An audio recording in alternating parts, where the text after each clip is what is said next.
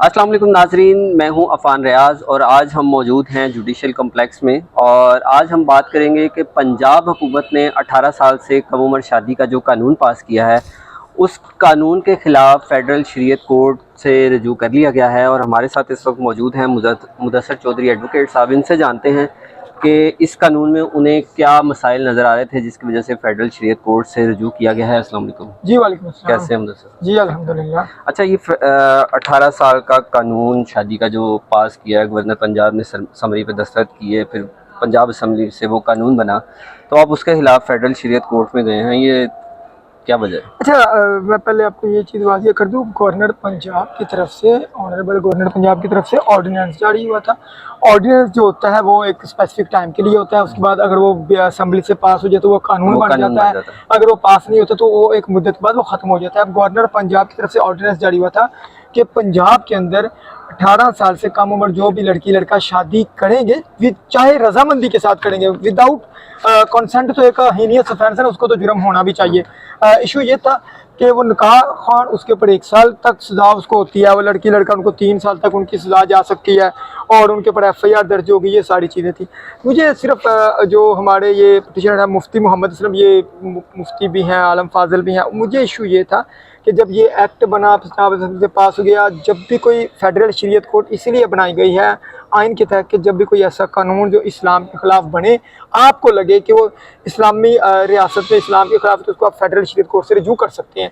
तो मैंने फिर इसके अलावा सिर्फ एक इसमें सेक्शन है 2C, जिसके अंदर लिखा है कि एज जो डिटरमिन कर दी गई है 18 ईयर लाजमी कर दी गई है, उसको मैंने सिर्फ चैलेंज किया है कि इस्लाम के अंदर मुझे ये बताए कहाँ पे लिखा है 18 ईयर, सिर्फ मुझे ये बता दे। इसमें मैंने सूरत उन निसा के जो आयत मुबारक है उसका सूरत निसा आयत नंबर 6 का हवाला दिया है, सूरत तलाक की आयत नंबर 4 का हवाला दिया है, सही बुखारी हदीस मुबारक है 5133 उनका हवाला जात भी दिया है, इसके अलावा हदीस मुबारक 506 है। इस तरह कुछ हवाला कुरान में तो ये है कि बच्चियों की शादी में ताख़ीर नहीं करनी चाहिए, जितनी जल्दी कर दी जाती है। लेकिन जो आजकल के हालात हैं, मतलब एक बालिग बच्ची जो है वो उसकी शादी करना उसकी शादी में जल्दी करना तो चले ठीक है, लेकिन जब तक वो मैच्योर नहीं होगी, वो अपने ससुराल के मामलात और शादी के बाद जो नई ज़िंदगी उसकी शुरू हो रही है, वो उसको कैसे देखिए, मैं आपको बात जो कुरान पाक है 1400 साल पहले जो किताब हमारे पास है, किताब मुबारक, वो हमेशा और आने वाले 100 साल, आने वाले क़यामत तक के लिए उसमें कह दिया गया कि ये एक रोशन और खुली किताब है।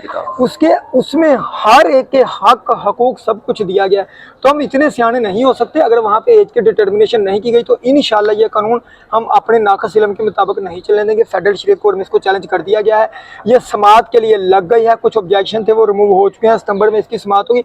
हम ऑनरेबल कोर्ट को सेटिस्फाई करने की कोशिश करेंगे और ऑनरेबल कोर्ट ये मुनासिब समझेगी तो इसको नल एंड वाइड कर देगी। इससे पहले ट्रांसजेंडर एक्ट आया और भी सेकंड मैरिज इशू है, वो भी हमने फेडरल शरीयत कोर्ट में लेके गए। कुछ हमारी पिटीशन मंजूर हो गई, प्रूफ और रिपोर्टेड हो गई, कुछ हमारी पिटीशन डिसमिस हो गई।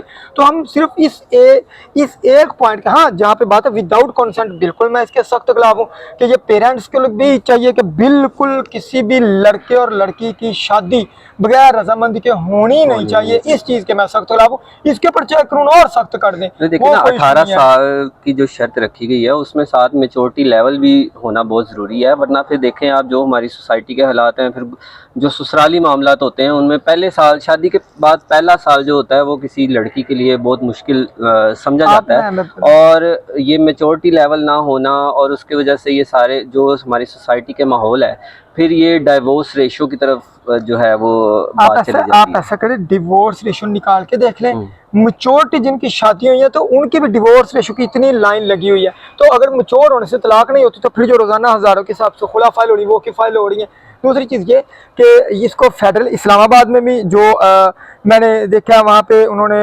मौलाना फजलुर रहमान साहब की शायद जमात है, उन्होंने भी वहाँ पे इसको पिटीशन को फाइल किया। इस्लामाबाद की भी फाइल हो चुकी है और भी सूबों की फाइल हो चुकी है। तो पंजाब में इस पिटीशन को मैंने फाइल किया। हम फेडरल शरीयत कोर्ट का मकसद यही है, इस्लाम और कानून के खिलाफ हमने नहीं जाना। और ये बात आप छोड़े मैच्योरिटी लेवल, कुरान पाक जब को फैसला करते हैं हमारी अकल से 1000 साल आगे का फैसला करता है और उसमें कोई भी फैसला इंसानियत के खिलाफ कोई भी ऐसा, इसलिए उसमें मैच्योरिटी का लफ्ज यूज किया गया। वो मैच्योरिटी चाहे किसी की 20 साल में हो तो तब वो एज के काबिल, अगर वो मैच्योरिटी 13 साल में, आप वैसे कॉलेजेस में, यूनिवर्सिटियों में चले जाएं, वहाँ जो ये इमेच्योरिटी का जो सिस्टम है, जो स्कैंडल सामने आते हैं, अब मुझे तो नहीं पता, जो सामने हमारे साथ सोशल मीडिया से वीडियोस आती हैं वो क्या ठीक है। इसलिए निकाह को आम करना चाहिए और इन चीज़ों को आसान करना चाहिए। ठीक है। अच्छा, ये अगर हमारे नाजरीन को बताएं कि फेडरल शरीयत कोर्ट से आपकी ये पटिशन खारिज होती है तो फिर आपका नेक्स्ट स्टेप क्या होगा? पहले तो मुझे 100% इस चीज़ का यकीन है कि ये खारिज होने वाली नहीं है, क्योंकि इसमें क्लियर चीज़ें वाज़ियाँ हैं। खारिज होती है तो फेडरल शरीयत कोर्ट के ऊपर अपर फोरम होता है, सुप्रीम कोर्ट का फेडरल शरीयत अपीलेट फोरम होता है, तो फिर हम इंशाल्लाह वहाँ तक इसको फाइट कर लेंगे। तो हमारे देखें, हमारा है अपने फाइट करना, ऑनरेबल जज के सामने रख देना, रोज़ाना हम कोई 10 केस हारते हैं, 10 केस जीतते भी हैं, तो इसमें ये मकसद नहीं है कि जो भी जाए वो ले। ये हमारी नाकस अकल है। हो सकता है कि हमारी अकल में कोई खला हो, हम तफसीर करने में, तशरीह करने में हमसे कोई गलतियाँ कोताहियाँ हो गई हो, तो ऑनरेबल कोर्ट जब भी कोई फैसला देती है वो इतना कम्प्रीहेंसिव होता है कि उसमें हर चीज़ की डिटर्मिनेशन होती है। जी नाजरीन, आपने मुदस्सर चौधरी एडवोकेट साहब की बात सुनी है। उनका यही कहना है कि फेडरल शरीयत कोर्ट में जो इन्होंने पटिशन फाइल किया है उसमें कुरानी आयात का हवाला भी दिया गया है और उसकी जो समाअत की तारीख है वो सितंबर के लिए मुकर्रर की गई है। और फेडरल शरीयत कोर्ट इस कानून पे 18 साल से कम उम्र शादी के कानून पे जो है उस हवाले से क्या फ़ैसला देती है, इसको इब्तदाई समाअत के बाद हम इस पर आपसे दोबारा बात करेंगे।